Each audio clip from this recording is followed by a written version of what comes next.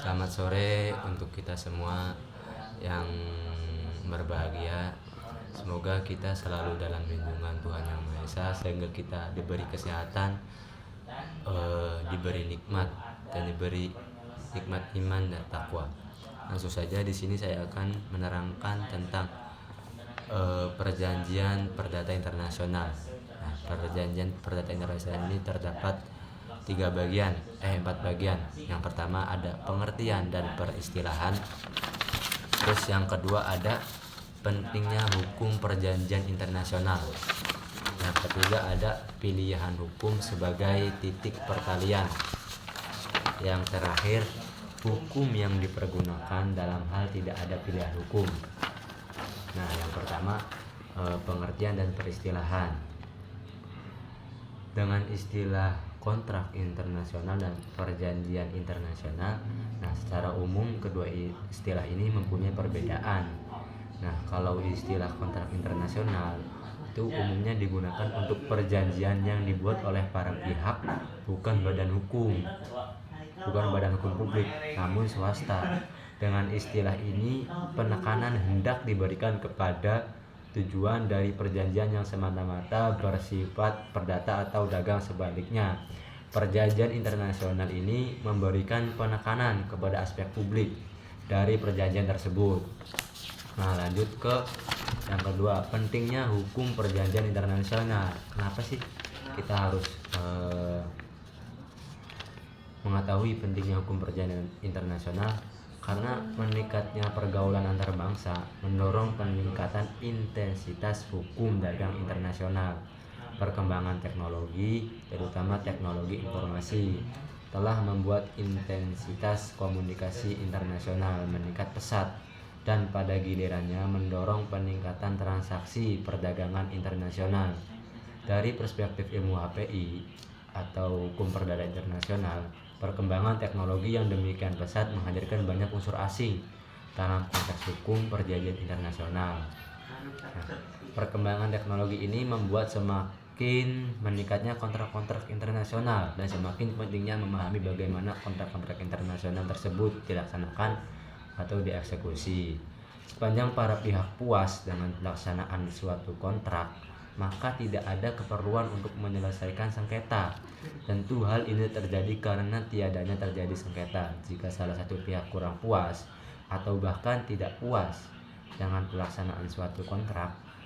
Sepanjang pihak tersebut tidak menuntut perbaikan pelaksanaan kontrak, maka tidak ada sengketa.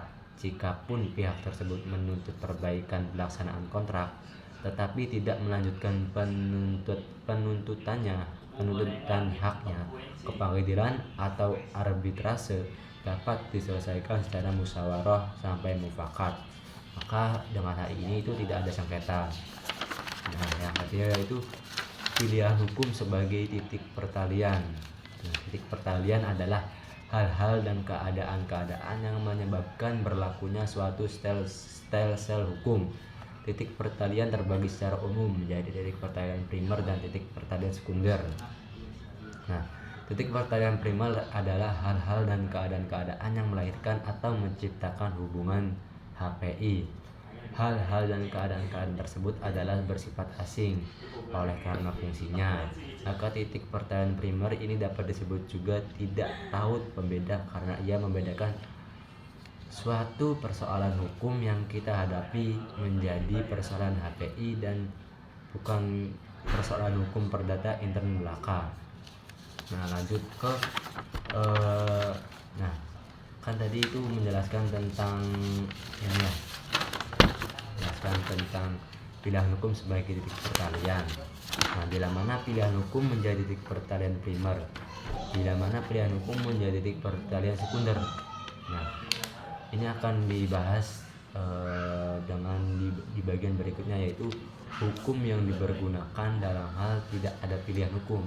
Jadi ketika tidak ada pilihan hukum, maka ada teori-teori yang bisa untuk digunakan untuk hukum mana yang digunakan. Yang pertama itu ada lex loci contractus, dan yang kedua ada the mailbox theory. Yang kedua ada lex loci solutionis, yang ketiga ada the proper law of the contract, dan yang keempat ini ada the most characteristic connection. Nah, yang pertama lex lesi contractus, hukum dari tempat di mana kontrak dilahirkan atau diciptakan, atau dengan menurut teori lex loci contractus ini, maka hukum yang berlaku adalah hukum dari tempat di mana kontrak dilahirkan atau diciptakan, atau dengan kata lain dibuat atau ditandatangani.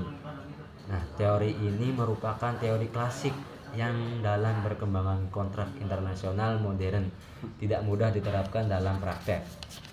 Nah, terus itu yang kedua ada lex loci solutionis. Menurut teori lex loci solutionis ini, hukum yang berlaku adalah hukum dari tempat di mana kontrak dilaksanakan, bukan tempat di mana kontrak dibuat atau ditandatangani. Lanjut ke tiga, teori the proper law of the contract. Teori the proper law of the contract ini menurut Westlake adalah the law of the country which the contract has its most real connection. Berdasarkan teori proper law of the contract ini, hukum yang berlaku adalah hukum negara yang paling wajar berlaku bagi kontrak bersangkutan atau hukum yang paling cocok. Untuk itu diperlukan titik berat atau titik laut yang paling erat atau dengan kontrak tersebut. Nah, yang keempat atau yang terakhir ini teori the most characteristic connection. Teori the most characteristic connection ini dikemukakan oleh Rabel. Nah, Rabel menyatakan bahwa apabila para pihak tidak memilih sendiri hukum yang harus dipergunakan dalam kontrak internasional yang mereka buat, untuk kontrak internasional tersebut berlakulah hukum dari negara dengan mana kontrak bersangkutan memperlihatkan the most characteristic connection. Dengan teori the most characteristic connection ini, maka hukum yang akan dipakai adalah hukum dari pihak dalam kontrak melakukan prestasi yang paling karakteristik. Untuk menentukan prestasi yang paling karakteristik ini tidak hanya perlu diperhatikan faktor tempat, tetapi perlu juga diperhatikan faktor sosiologis. Nah, mungkin itu yang bisa saya sampaikan, kurang-kurangnya mohon maaf. Bila ada kesalahan atau kelibahan kata, saya Muhammad Asrof pamit undur diri. Assalamualaikum warahmatullahi wabarakatuh. Bismillahirrahmanirrahim. Assalamualaikum warahmatullahi wabarakatuh. Saya Ahmad Yatim Az-Zahid, NIM saya 2483110053. Saya dari kelompok 8. Di sini saya akan menjelaskan tentang kontrak antar negara. Sebelum saya menjelaskan lebih lanjutnya, di sini saya akan menjelaskan apa sih kontrak antar negara itu tuh seperti apa ya. Lebih baik kita mengenal dulu apa itu kontrak antar negara. Jadi, kontrak antar negara itulah perjanjian yang dibuat antara dua atau lebih negara yang diatur oleh hukum internasional dan menimbulkan hak serta kewajiban hukum bagi masing-masing negara yang menjadi pihaknya. Nah, jadi kontrak antar negara itu adalah perjanjian yang dibuat antara dua atau lebih dari negara. Nah, di situ menimbulkan kewajiban hukum bagi masing-masing negara yang menjadi pihaknya. Nah, dalam konteks hukum internasional, kontrak antar negara disebut juga apa? Perjanjian internasional atau international treaty. Nah, perjanjian ini menjadi dasar kerjasama dan hubungan resmi antar negara dalam berbagai bidang. Nah, apa aja? Ada bidang ekonomi, kemudian politik, pertahanan dan lingkungan, dan sosial budaya. Nah, itu pengertian antar negara. Nah, kemudian yang selanjutnya saya akan menjelaskan prinsip hukum dalam menentukan hukum yang berlaku bagi suatu kontrak internasional atau kontrak antar negara ya. Dalam hukum perdata internasional ada dua prinsip hukum pokok yang perlu diperhatikan. Nah, untuk apa? Untuk menentukan hukum yang berlaku untuk kontrak internasional. Nah, apa aja? Yang pertama adalah prinsip kebebasan berkontrak. Nah, kemudian yang kedua ada prinsip pilihan hukum. Nah, di sini saya akan menjelaskan secara ringkas tentang kedua tersebut. Yang pertama saya akan menjelaskan prinsip kebebasan berkontrak. Nah, Apa sih prinsip kebebasan berkontrak itu? Nah, prinsip kebebasan berkontrak atau otonomi para pihak atau parti otonomi adalah prinsip hukum yang telah memperoleh pengakuan secara universal. Nah, setiap sistem hukum mengakui berlakunya prinsip ini. Nah, pada dasarnya prinsip kebebasan berkontrak merupakan bagian dari kaidah hukum material dalam sistem hukum nasional. Nah, prinsip ini memberi para pihak kebebasan. Nah, kebebasan dalam apa sih? Nah, menentukan isi bentuk hukum yang berlaku serta forum penyelesaian sengketa dalam sebuah kontrak. Nah, sepanjang tidak melanggar aturan hukum yang bersifat memaksa. Nah, prinsip ini bersumber dari teori kehendak atau will theory. Nah, yang menentukan bahwa perjanjian tersebut itu lahir dari kesepakatan bebas para pihak.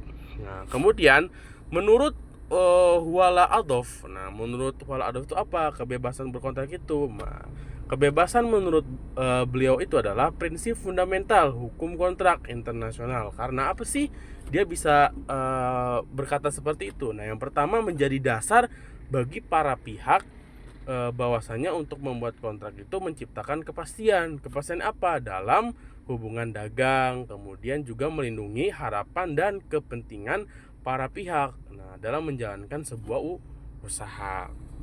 Nah, prinsip parti otonomi diakui secara internasional. Nah, salah satunya melalui Undirot Principle of International Commercial atau kontrak. Nah, dalam pasal 1.1 menyatakan bahwasanya para pihak bebas membuat dan menentukan isi perjanjian. Nah, menjadikannya sebagai norma dasar dalam Undirot. Nah, perbuatan kontrak hanya dapat dilakukan atas kesepakatan. Ya, tidak boleh di belakang kesepakatan tuh sebuah Undirot itu terjadi. Nah, kesepakatan antara kedua belah pihak yang membuat kontrak tersebut. Nah, prinsip Undirot ini bertujuan untuk apa? Menyeragamkan hukum perjanjian internasional dan dapat dipilih oleh para pihak sebagai dasar hukum kontrak mereka. Nah, kemudian para pihak juga dalam kontrak internasional tersebut bebas memilih hukum yang berlaku. Nah, baik hukum internasional, nasional maupun prinsip Undirot. Nah, seluruhnya atau sebagian dikombinasikan dengan hukum nasional. Nah, Indonesia tuh udah menjadi anggota Undirot tuh sejak tahun 2008. Nah, untuk mendukung harmonisasi hukum perdagangan. Jadi Indonesia tuh udah bergabung ke Undirot itu sejak 2008 sampai saat ini. Nah, kemudian untuk apa? Untuk mendukung harmonisasi hukum perdagangan internasional. Namun keanggotaannya itu tidak mewajibkan penggunaan prinsip Undirot dalam kontrak. Nah, dalam hukum Indonesia, prinsip kebebasan berkontrak tercermin dalam pasal 1338 KUHP. Nah, perdata yang menegaskan bahwa perjanjian tersebut itu mengikat para pihak, ya, atau pas sunt servanda. Tetapi kebebasan itu dibatasi oleh ketentuan hukum yang bersifat memaksa atau doing rights, ya. Kemudian di sini saya akan menjelaskan prinsip pilihan hukum merupakan perwujudan dari kebebasan berkontrak. Jadi di sini saya akan menjelaskan tentang prinsip pilihan hukum kepada para kontrak antar negara, ya. Jadi di sini prinsip pilihan hukum di sini merupakan perwujudan dari kebebasan berkontrak yang memungkinkan para pihak menentukan sistem hukum yang berlaku bagi kontrak mereka. Nah, prinsip ini kini diterima secara luas dalam hukum perjanjian internasional meskipun penggunaannya tetap dibatasi. Nah, para pihak tidak dapat menciptakan hukum sendiri, jadi nggak boleh menciptakan hukum sendiri. Misalkan Indonesia sama Malaysia nih ada kontrak, nah mereka tidak boleh menentukan hukumnya sendiri atau kayak sepihak aja lah, tapi sudah ditetapkan dalam kontrak internasional ini. Nah, kemudian Melaken hanya memilih sistem hukum yang ada. Nah, menurut Matilde, semampau. Nah, prinsip ini termasuk dalam kaidah hukum perdata internasional atau HPI. Nah, karena menetapkan batas berlakunya suatu sistem hukum dan berfungsi untuk memenuhi kebutuhan perdagangan internasional. Nah, prinsip pilihan hukum merupakan wujud kebebasan berkontrak yang memberikan hak kepada para pihak untuk menentukan sistem hukum yang berlaku atas kontrak mereka. Nah, prinsip ini diakui luas dalam hukum perjanjian internasional. Nah, dalam Kaidah Hukum Perdata Internasional atau HPI. Nah, karena menetapkan batas berlakunya suatu sistem hukum serta mendukung kebutuhan perdagangan internasional. Nah, namun para pihak tidak dapat menciptakan hukum baru, hanya memilih dari sistem hukum yang ada. Nah, jadi dalam kontrak tuh kalau kita memilih pilihan sebuah hukum tuh nggak boleh membuat hukum lagi, tapi harus memilih hukum yang sudah ditetapkan dari undian tersebut. Nah, kemudian pengakuan dalam peraturan nasional dan internasional. Nah, prinsip ini diakui dalam berbagai peraturan nasional dan perjanjian internasional, antara lain apa? Indonesia itu diatur dalam Undang-Undang Nomor 11 Tahun 2008 ITE atau para pihak bebas memilih hukum untuk transaksi elektronik internasional. Kemudian di Undang-Undang Dasar Nomor 30 Tahun 1999 atau arbitrase. Nah, para pihak itu dapat menentukan hukum yang berlaku atas sengketa. Kemudian ada Undang-Undang Nomor 1 Tahun 2009 atau penerbangan. Perjanjian dapat dibuat berdasarkan hukum yang dipilih para pihak. Nah, kemudian kalau di Perancis itu ada kode sipil. Nah, di pasal 1134 menegaskan perjanjian berlaku sebagai undang-undang bagi para pihak. Nah, kemudian di Swiss ada Federal Code on Private International Law pasal 116 memberikan kebebasan memilih hukum yang berlaku. Nah, kemudian ada Uncintral Arbitration Rules ada tahun 1975. Nah, pasal 33 yang berbunyi arbitrase menggunakan hukum yang ditunjuk para pihak. Nah, sifat dan fungsi pilihan hukum, terdapat dua pandangan mengenai sifat pilihan hukum. Pertama, ada sebagian perjanjian perdata yang dapat diuji oleh hakim dan menjadi sebagian dari isi kontrak.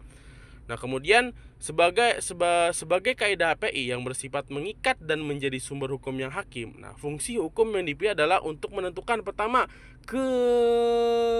keabsahan kontrak. Nah, kemudian dua itu ada substansi atau isi kontrak, dan ketiga ada penafsiran syarat-syarat kontrak. Nah, pemilihan hukum asing oleh para pihak termasuk antara pihak Indonesia dan asing, sah dan mengikat, serta perubahan dalam hukum yang dipilih akan diatur sesuai dengan sistem hukum tersebut. Nah, jadi kita dalam memilih pilihan hukum itu gak boleh semena-mena, karena setiap negara itu udah ada undang-undangnya dalam kontrak internasional. Indonesia ada, misalkan kemudian Prancis ada, Swiss ada, atau Malaysia ada. Jadi kita tidak boleh melanggar. Nah, kemudian di sini saya akan menjelaskan macam-macam atau cara dilakukannya pilihan hukum. Nah, menurut Sudargo Gautama, pilihan hukum dalam kontrak dapat dilakukan melalui 4 cara. Nah, apa aja itu? Yang pertama adalah pilihlah hukum secara tegas. Nah, atau di bahasa lain itu ada expressed. Nah, para pihak secara jelas menyebutkan hukum yang berlaku dalam kontrak. Misalnya melakukan klausal this contract shall be governed by the laws of the Republic of Indonesia. Cara ini paling pasti dan memudahkan hakim menentukan hukum yang berlaku. Jadi kita harus memilih hukum yang tegas. Jangan kita tuh asal milih kemudian nanti di akhirnya tuh kita bakal menyesal gitu ya. Kemudian yang kedua, pilihlah hukum secara diam-diam atau implicit. Nah, kehendak para pihak tidak dinyatakan secara langsung, tetapi dapat disimpulkan dari isi kontrak, bahasa yang digunakan, domisili pengadilan yang dipilih, atau kebiasaan transaksi, misalnya mencantumkan klausal yang mengesampingkan pasal 1296 KUHP Perdata menunjukkan kehendak tunduk pada hukum Indonesia. Kemudian yang ketiga adalah pilih hukum secara dianggap atau presumed. Nah, terjadi bila hakim mendapatkan adanya kehendak para pihak memilih hukum tertentu meskipun sebenarnya mereka itu tidak menyatakannya. Nah, cara ini tuh lemah. Nah, kenapa saya bilang lemah? Karena hanya didasarkan pada dugaan, bukan kehendak nyata. Yang terakhir itu adalah pilih hukum secara hipotetis atau hypothetical. Nah, apa yang dimaksud dengan pilihan tersebut? Nah, pilihan tersebut adalah dari para pihak. Hakimlah yang mengada-adakan kehendak fiktif tentang hukum yang seharusnya berlaku. Nah, jenis ini tidak dapat diterima karena tidak mencerminkan kemauan para pihak. Nah, kemudian di sini saya akan menjelaskan pembatasan dalam melakukan pilihan hukum. Nah, jadi di sini juga ada batasan dalam memilih hukum. Nah, meskipun para pihak memiliki kebebasan berkontrak, nah, kebebasan dalam memilih hukum yang berlaku tidak bersifat mutlak dan tetap dibatasi oleh ketentuan hukum perdata internasional atau HPI. Pembatasan tersebut meliputi apa? Nah, di sini itu ada kisaran 3. Apa aja sih? Nah, yang pertama itu tidak boleh melanggar ketertiban umum. Nah, kenapa? Karena hukum asing yang dipilih dapat disampingkan jika bertentangan dengan prinsip dasar hukum nasional. Nah, ketertiban umum berfungsi sebagai apa? Tameng, bukan pedang, hanya digunakan sebagai pengecualian, bukan untuk menyerang. Nah, jadi kita tidak boleh melanggar ketertiban umum meskipun kita berkontrak terhadap negara kita, juga harus menaati kontrak-kontrak negara-negara lain.